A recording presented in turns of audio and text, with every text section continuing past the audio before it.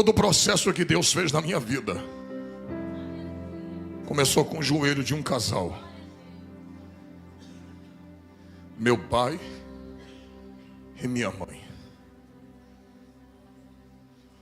Fui nascido e criado dentro do Evangelho. Servi a Deus na época da igreja do pastor Teotônio, na igrejinha pequena de baixo. Depois se construiu a sede onde nós estamos até hoje, do qual meu pai e minha mãe servem a Deus no mesmo lugar há 50 anos, sem mudar de congregação. Olha para cá. Cresci escutando os homens louvando, a orquestra. Só que sabe como é filho de crente? Vai passando os períodos, e eu digo que a minha geração foi a melhor geração que já existiu. Porque a minha geração, eu brinquei de bola, eu brinquei de ioiô, eu brinquei de peão, eu brinquei de búlica, eu brinquei de gude, pique lateiro, pique esconde, pique tá, pique alto, polícia e ladrão. Foi a melhor geração. A gente brincava. Carniça, quem lembra? A nossa geração foi a melhor que já existiu. Ali a gente viveu de verdade. Hoje tudo isso foi substituído pela tecnologia. As pessoas já não brincam, já não se comunicam mais, mas eu vivi aquele momento, nós vivemos esse momento. E só que a gente vai crescendo, vai saindo da adolescência. E com 15 anos eu já comecei a querer sair. Eu tinha regra para chegar em casa. Eu tinha que sair 7h30 da noite e 10h30 da noite eu tinha que estar em casa. Se eu passasse dessa hora, o chicote comia. Apanhava de verdade. E eu me lembro que quando eu completei 16 anos, eu comecei, por curiosidade, a colocar o primeiro, 15 anos, eu coloquei o primeiro copo de cerveja na boca. E aquela foi a minha perdição. Porque naquela época, quando você bebia uma cerveja, você se sentia mais adulto. E o que eu fazia? Não tinha dinheiro para comprar o cigarro. Eu pegava as guimbas de cigarro com os amigos e começava a fumar. E chegava em casa, antes de chegar em casa usava house, ou então pegava a parte de dente na rua mesmo, com a escova que já botava no bolso, e escovava o dente e chegava em casa. Como se nada tivesse acontecido. Um dia, eu estava já com 16 anos, e nós estávamos saindo naquele dia, eu perdi a cabeça e bebi demais. E quando eu estava bem tonto, bem ébrio, um rapaz chegou para mim que se dizia meu amigo e disse: só tem um jeito de tu ficar bom. Eu falei: como? Ele disse: experimente isso aqui. Ele tirou um saco de cocaína do bolso. Eu falei: como se faz isso? Ele preparou aquela trilha para mim e eu cheirei aquilo. Quando eu cheirei, o efeito do álcool foi embora na hora, cortou. E olha como é que o diabo me pegou. Eu disse: então vou precisar pelo menos de um saquinho desse toda vez que eu beber. Porque toda vez que eu ficar bêbado, eu cheiro isso aqui e fico bom. E eu comecei desta forma a me aprofundar no vício da cocaína. Foi assim que o diabo foi me pegando. Dali, eu comecei a trabalhar e comecei a ganhar bem. E eu ganhava dinheiro toda semana. E R$100 há 20 anos atrás era dinheiro. E pelo menos do salário que eu tinha, R$100 eu pegava. E começava a não já querer comprar sacos. Eu comprava gramas de cocaína. Comecei a arrumar amizade com os rapazes da boca de fumo. E ali eu comecei a usar muita cocaína. Passei a usar, a usar cocaína, e quando eu ficava bêbado, eu ia, cheirava e ficava bom. Só que o tempo foi passando. Com 17 anos eu já achava que eu era dono do meu nariz. E eu já estava extremamente afundado na cocaína. Daí, eu já não queria mais gastar dinheiro. Aquela cocaína que eu pegava no morro, a gente já trazia para a Comenda dos Soares, onde eu morava. E dali, nós pegávamos aquela cocaína semi-pura, que nós tínhamos contato, e pegava aquela cocaína e colocava tudo quanto era desgraça ali dentro. Pó Royal, colocava xilocaína, Doril, tudo ali, misturava. E fazia aquela grande quantidade de cocaína. Então eu já não passei a ser mais usuário. Eu já passei a traficar. Eu mantinha o meu vício. Dali, a gente já começou a comprar armas, a usar armas. E nisso o diabo foi afundando a minha vida, sem eu perceber. Só que existia dentro da minha casa, e existe. Ela mora na casa dela e eu na minha. Mas uma mulher que não deixava de orar.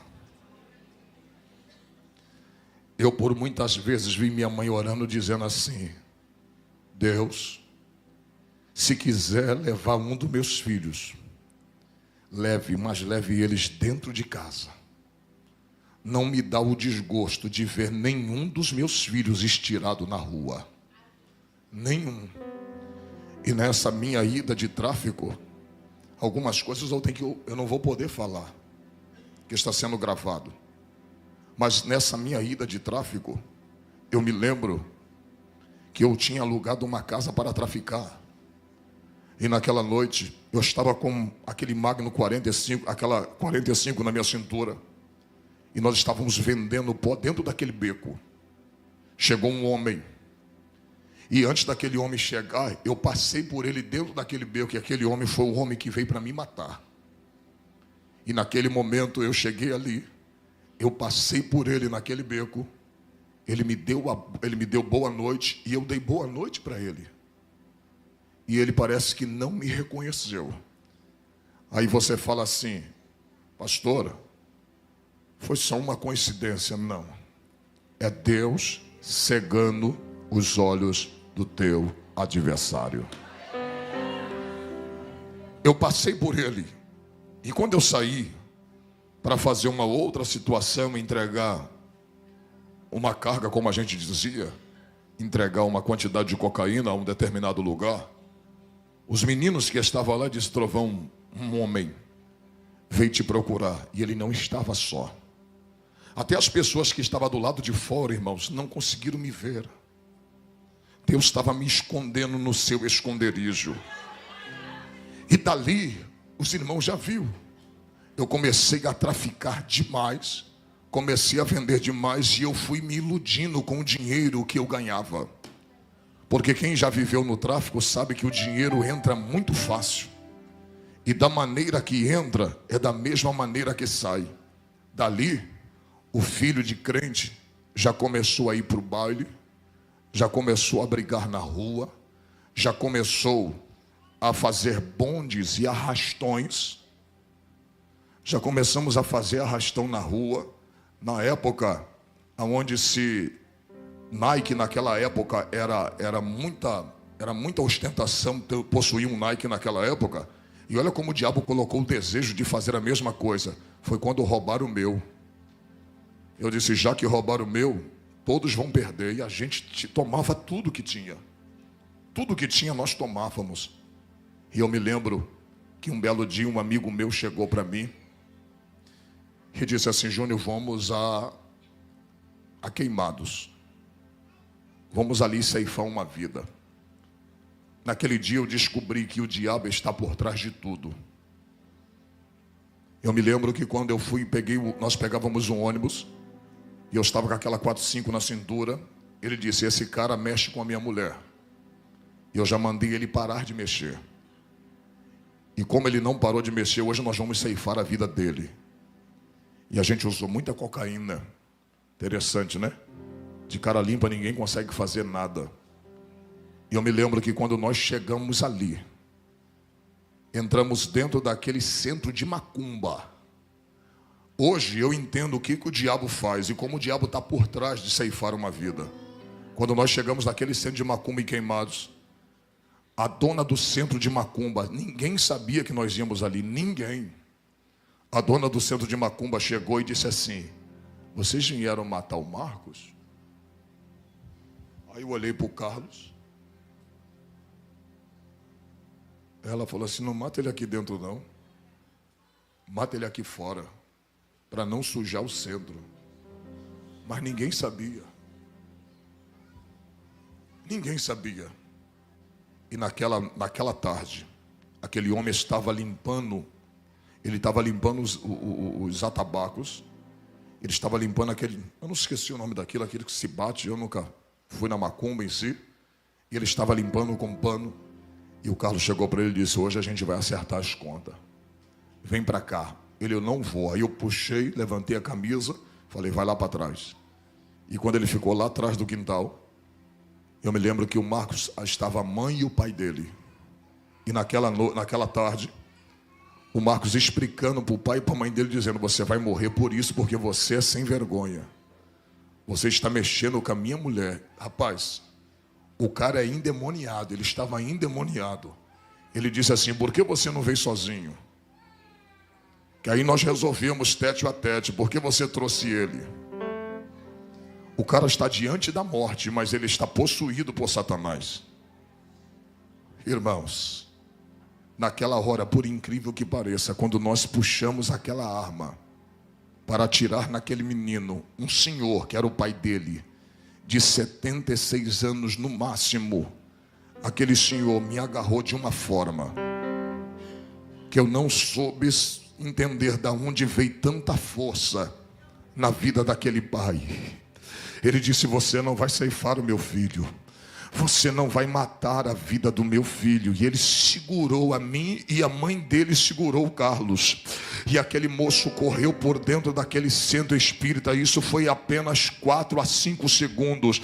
Quando nós procuramos aquele moço dentro do centro espírita, a gente não achou mais ele. Sabe o que Deus estava tentando falar para mim? Eu não quero que tu derrame sangue de ninguém. Eu não quero que tu ceife a vida de ninguém. Eu não quero que tu derrame sangue de ninguém. Existem coisas que Deus não permitiu fazer contigo, e existem coisas que Deus também não vai permitir você fazer com os outros. Irmãos, naquele dia Deus foi começando a despertar, e eu comecei a ganhar fama. Eu já estava indo para Nova Holanda, já estava no meio dos grandes do tráfico de droga, vivendo entre eles, tendo moral com aqueles homens. Vivia no Morro do Andaraí, ali na Saviana, aonde eu ia e buscava as drogas e trazia para a Baixada Fluminense. Eu me lembro que um dia eu estava com tanta droga dentro do bolso, que quando eu estava descendo o Morro do Andaraí, a polícia me pegou. E quando a polícia me pegou, eu falei assim: moço, eu sou viciado. E eu conversei com ele, porque eu entendia que para ser malandro eu não precisava falar gíria. Eu nunca falei uma gíria, eu nunca disse qual é, eu nunca disse compadre, eu nunca disse qual é, irmão. Eu nunca usei isso, porque eu entendia que para ser malandro não precisava falar gíria. Aquele polícia me pegou e ele disse: rapaz, o que é que você está fazendo nessa vida? Essa vida não é para você. Sai dessa vida. Talvez o lá de cima está te dando uma oportunidade. Larga essa vida. Eu vou prender a tua droga. E sabe o que ele disse para mim? Se eu te levar para a cadeia, tu assina o 12 e tu vai puxar um bom tempo de cadeia, mas alguma coisa está me dizendo para mim ficar com a tua droga e deixar você embora. Era a oração da minha mãe dizendo: cuida meu filho, guarda do meu filho, livra a vida do meu filho, proteja a vida do meu filho.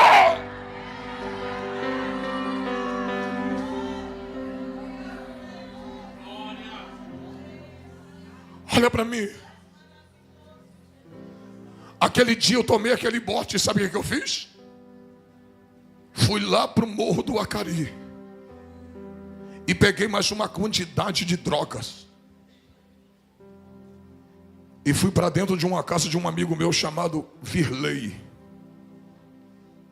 Colocamos aquela grande quantidade de cocaína, parecia um monte, dentro de um prato. Comecei a cortar aquela cocaína na gilete, fazendo as trilhas. E nós começamos a cheirar. Cheirar. Eu e ele, cheirar, cheirar. Até o ponto que naquela noite meu nariz começou a sangrar. E quando eu percebi que eu ia ter uma overdose de cocaína, eu nunca esqueci quem eu fui. Quando você se afasta, todo afastado um dia já experimentou Deus. E não existe ninguém que experimente Deus e esqueça dele. Eu estava naquela mesa com meu nariz sangrando, e quando eu vi que eu ia ter aquela overdose, eu comecei a cantar na frente daquele amigo meu que era ímpio como eu também era. Eu cantei desta forma: eu sei que errei, mas peço outra vez uma chance.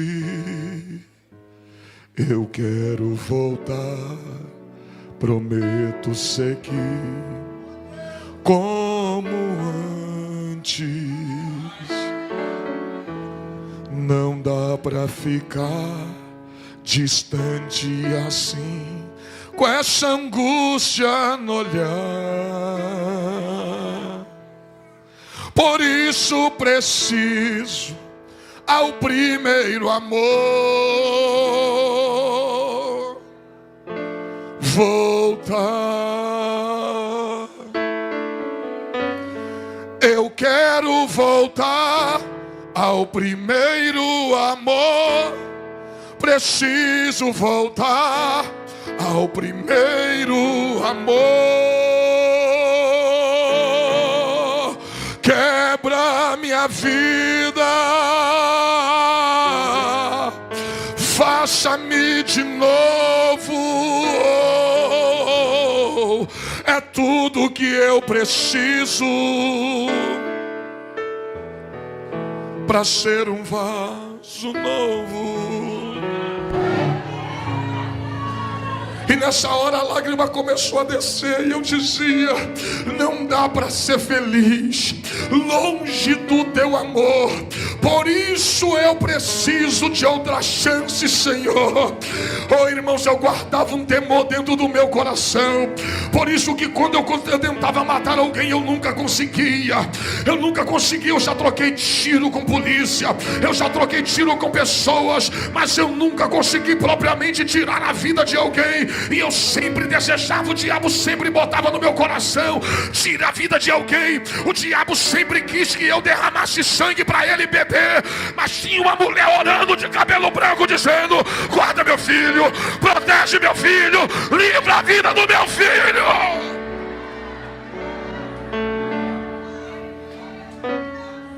Um dia se reuniu eu e mais 3 e disse: hoje nós vamos tomar tudo, e quem revidar a gente vai matar. Estávamos decididos a fazer uma arrastão, e o primeiro que se levantasse, o primeiro que revidasse, nós íamos matar. Estávamos com touca, já predisposto a fazer tudo aquilo, tudo premeditado. E quando nós saímos para fazer um assalto,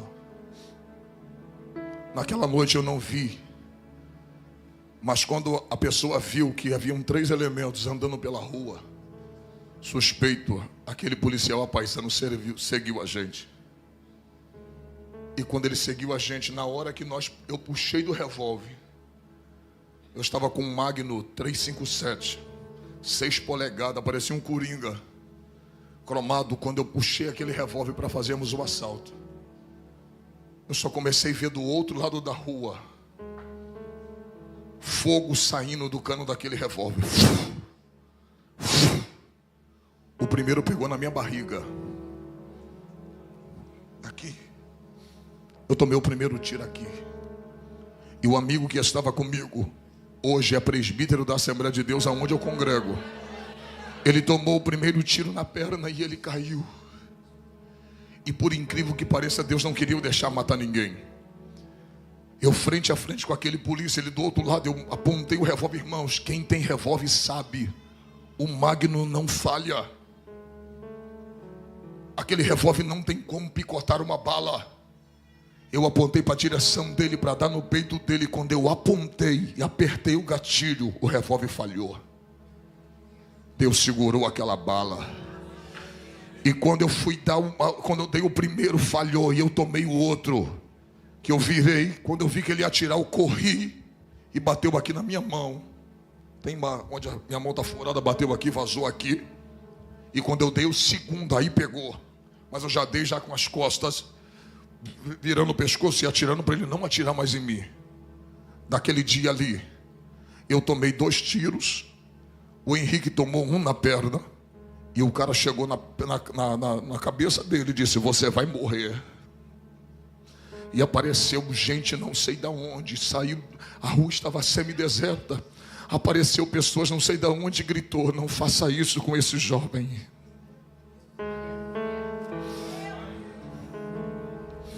E ele chutou o corpo do meu amigo. E eu corri.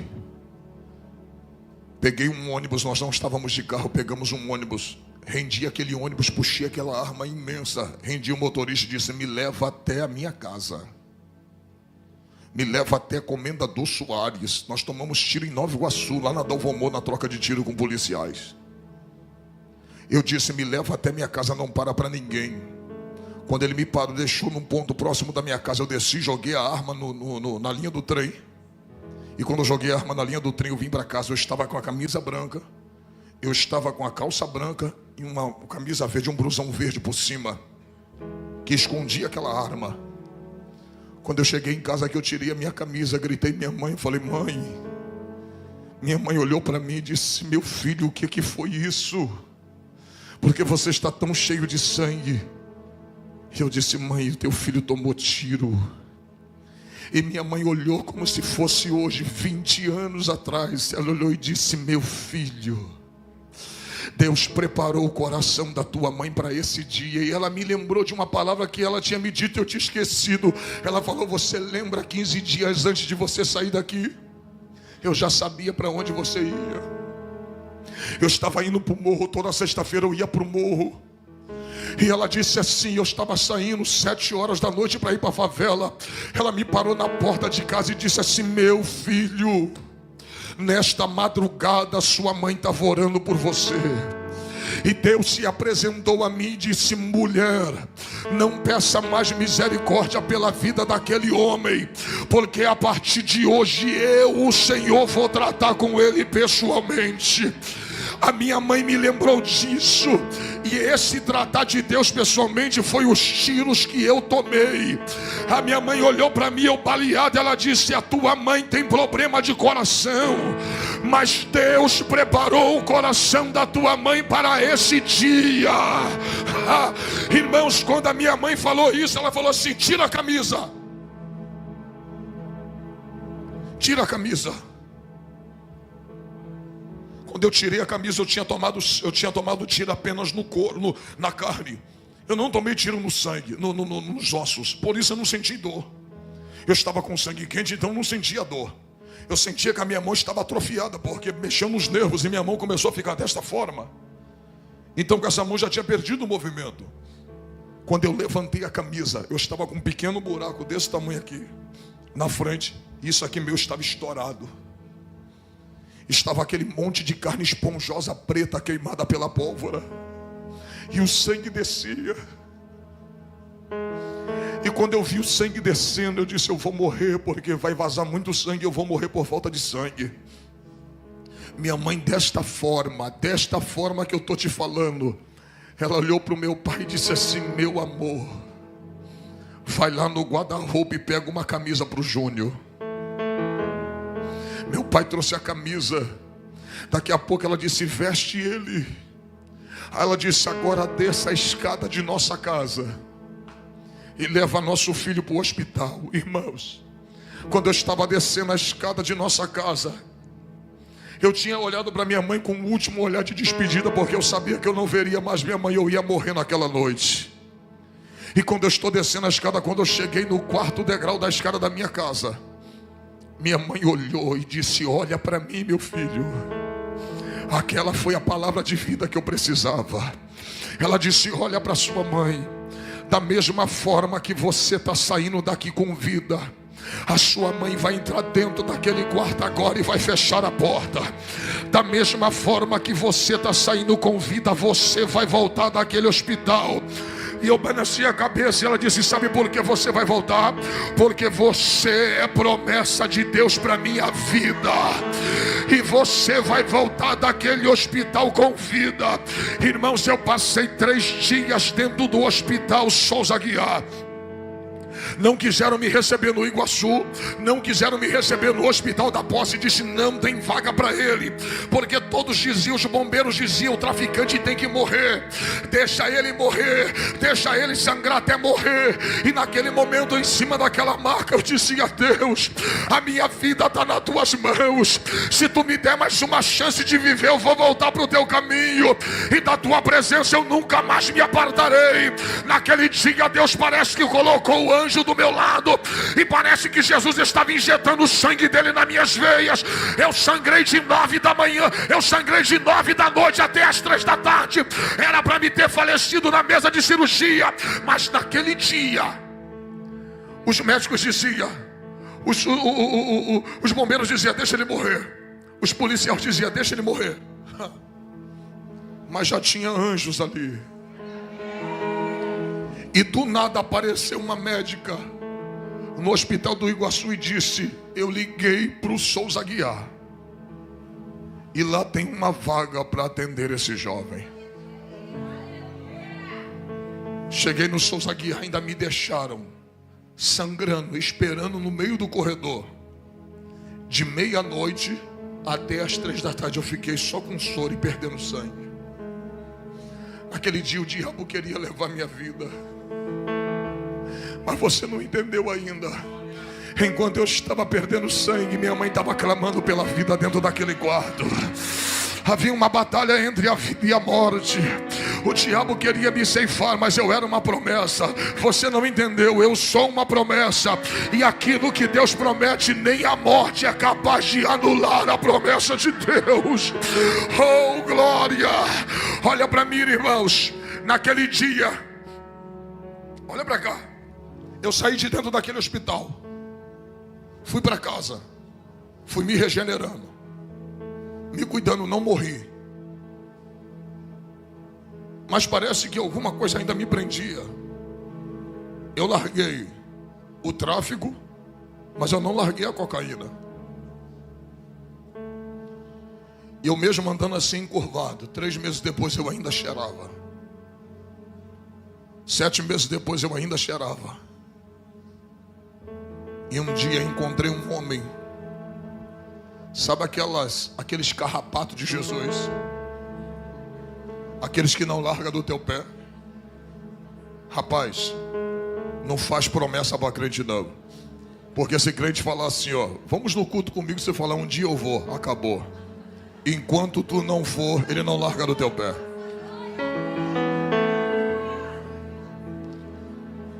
Era uma quinta-feira, olha para mim, quinta-feira. Eu estava com o bolso cheio de cocaína, mas eu não havia cheirado. O Maxi, que hoje é pastor, ele disse assim: Júnior, eu estou vendo que você está ébrio, você está bom, você não está ébrio, você não está drogado. Paga aquela dívida hoje. Eu falei: ô Maxi, hoje não.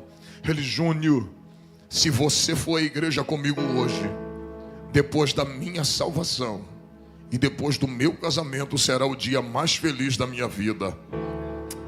Aí eu pensei assim, eu falei: esse cara é chato. Então já que eu não cheirei, eu vou para a igreja, depois da igreja eu cheiro. Mas eu vou lá e pago a dívida e morre. Irmãos, fui em casa. Quem é das antigas que lembra das marcas? Eu tinha um tênis reboque, uma calça da HD e uma calça da HD e a camisa da Hang Loose. Eu magrinho, chupado pela cocaína. Eu era muito magro, porque quem cheira é magro demais, é tudo chupado.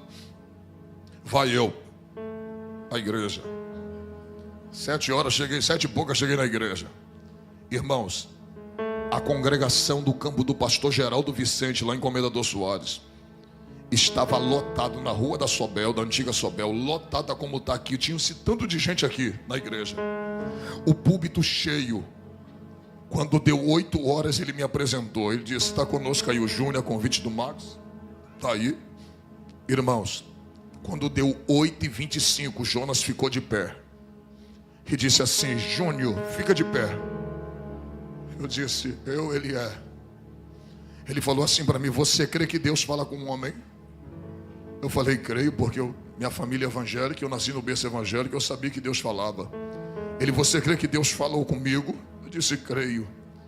O Deus que eu sirvo veio no meu ouvido aqui agora e disse assim para mim: dá oportunidade para esse moço vir aqui na frente e cantar um hino para tirar dízimos e oferta para minha casa.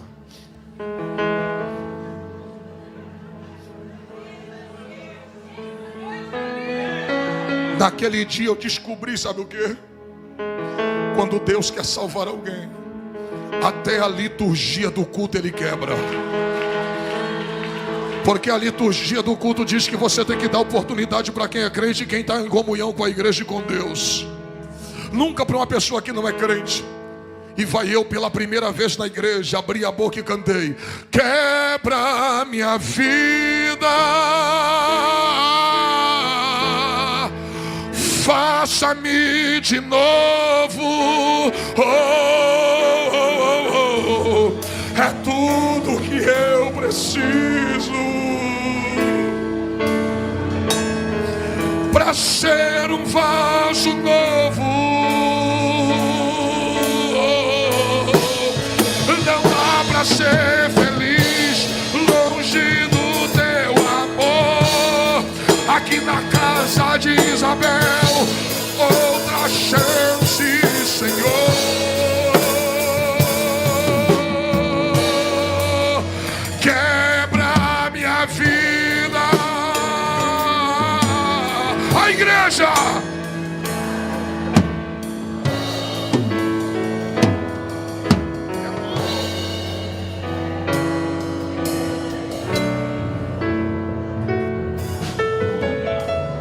Você está pensando que eu aceitei Jesus? Não cheirei naquela noite. Peguei a cocaína na quinta, na sexta, cheirei. Cheirei sábado, cheirei domingo, cheirei segunda. Quando foi na segunda-feira, eu falei assim: eu vou escutar a melodia.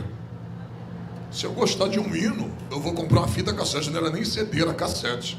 Eu falei: vou escutar um playback, vou comprar um playback e vou lá naquela igreja de novo. Olha a estratégia de Deus, irmão. O Max já não me convidou, já estava indo sozinho. Eu falei: eu vou lá, se ele me der a oportunidade, eu vou cantar de novo. Quando deu 8h30, ele disse: Júnior, Deus mandou você cantar de novo. Cheirei sexta, sábado, domingo, segunda. Eu falei: vou escutar a melodia de novo. Vou ensaiar o hino, vou gostar e vou levá-la de novo. Se esse pastor deixar eu cantar, eu vou cantar de novo. Comprei outro playback. Terceira quinta-feira, quem é que canta? Eu. Rapaz, olha pra cá.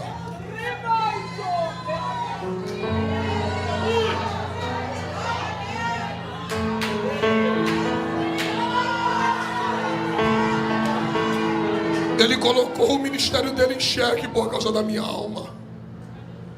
Porque aquilo ali da reunião de ministério. Não você pode deixar uma pessoa que não é crente assumir um púlpito que é santo.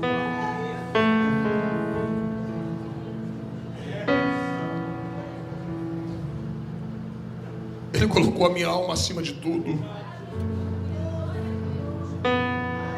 Na quarta, quinta-feira eu falei assim: eu vou lá. Escutei a melodia de novo, comprei um playback e disse: vou cantar, se ele deixar cantar eu canto. Cantei pela quarta vez na igreja sem ser crente. Quando foi na quinta vez, levei o playback, eu não cantei. Mas quem pregou? Pastor Jonas Baraquizo. Está na Assembleia de Deus do pastor João Nunes até hoje. Ele era do campo do pastor Geraldo e hoje está no pastor João Nunes. Ele pregou. Ele pregou sobre a crucificação de Cristo. Com 20 minutos de mensagem tinha tanta lágrima no chão que eu não sabia se era um copo que tinha derramado ou eram minhas lágrimas mesmo. E quando eu olhei para o meu lado, sabe quem estava do meu lado? O Max, com a mão em cima do meu ombro, chorando. E eu disse: Max, eu tenho uma notícia para te dar. Ele fala: Júlio. Eu falei: me leva ali na frente, que eu preciso entregar minha vida para Jesus hoje. Eu já não aguento mais viver sem Cristo. Eu preciso sair daqui com Jesus. E naquela noite eu caí de joelho dobrado diante daquele altar. Eu disse: hoje eu quero entregar minha vida para Jesus, para nunca mais abandonar Ele. E naquela noite Jesus me recebeu. Naquela noite Jesus cuidou da minha vida. Sabe aonde minha mãe morava? Minha mãe estava morando nessa época. Ela se mudou para Minas. Depois que eu tomei tiro, eu comecei a me recuperar. Minha mãe se mudou para Minas, porque tinha passado muita coisa com os filhos dela. Eu no tráfico, meu irmão na bebida. E minha mãe já estava querendo descansar um pouco. Sabe o que Deus fez? Deus tinha libertado meu irmão de 22 anos da cachaça, o Marcelo. E meu irmão tem 22, já vai fazer 10 anos. Que já não encosta uma gota de bebida na boca e serve a Deus na igreja mundial e é batizado. Olha para cá. Quando eu aceitei Jesus, minha mãe estava morando em Minas Gerais nessa época. Cheguei em casa às 11 horas da noite. Peguei o telefone. Liguei para Minas. Ela: quem é que está falando? Eu falei: mãe, é teu filho. Ela: o que foi que você está ligando nessa hora, meu filho? Eu falei: mãe, eu estou ligando para a senhora para dizer que teu filho não está mais no tráfico.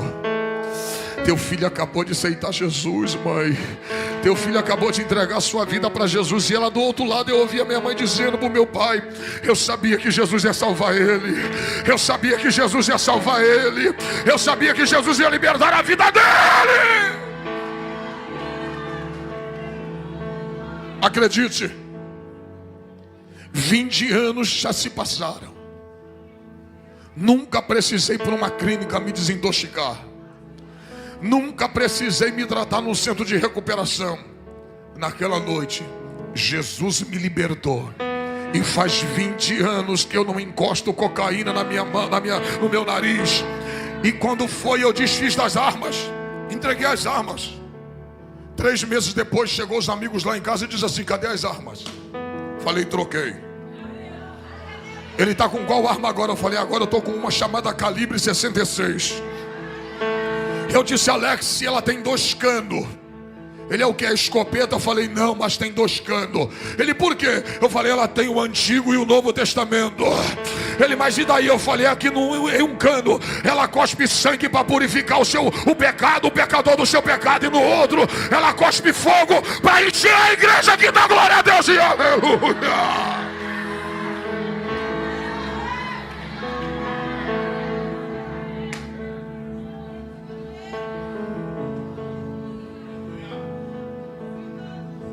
Minha esposa está aqui, não me deixa mentir. Encontrei o Jonas Baraquizo trabalhando numa loja aqui em Nova Iguaçu. Dei um abraço nele. Se alegrei com ele. 2 dias depois eu voltei em Nova Iguaçu com um paco meu de DVD. Falei: aqui, toma todos esses DVD. Esse aqui é os DVD do teu filho na fé. Isso aqui é os DVD que Deus deu para o teu filho pregar. Eu sou teu filho na fé. Olha o que Deus está fazendo na vida do teu filho. Abracei ele.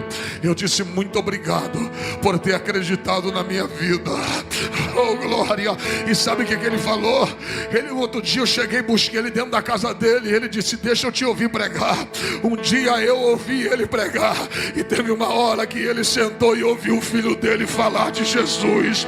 Eita glória. Olha para o teu irmão, pega na mão dela e diga: não deixa de orar. Deus está ouvindo a tua oração, mas uma hora Ele vai responder ela. E a hora que Ele responder, no final, é o nome do Senhor que será glorificado.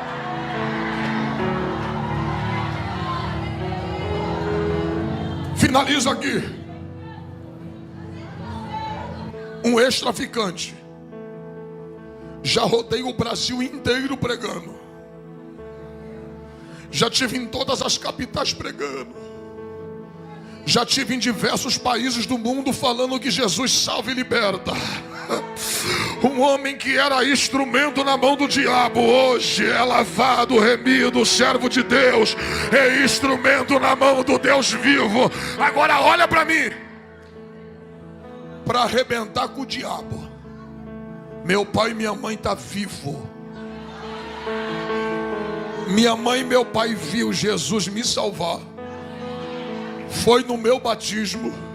Viu Jesus me separar a auxiliar de trabalho, a diácono. De diácono eu passei a evangelista. E há 7 anos atrás minha mãe foi na minha consagração de pastor. Oh, glória! Oh, glória!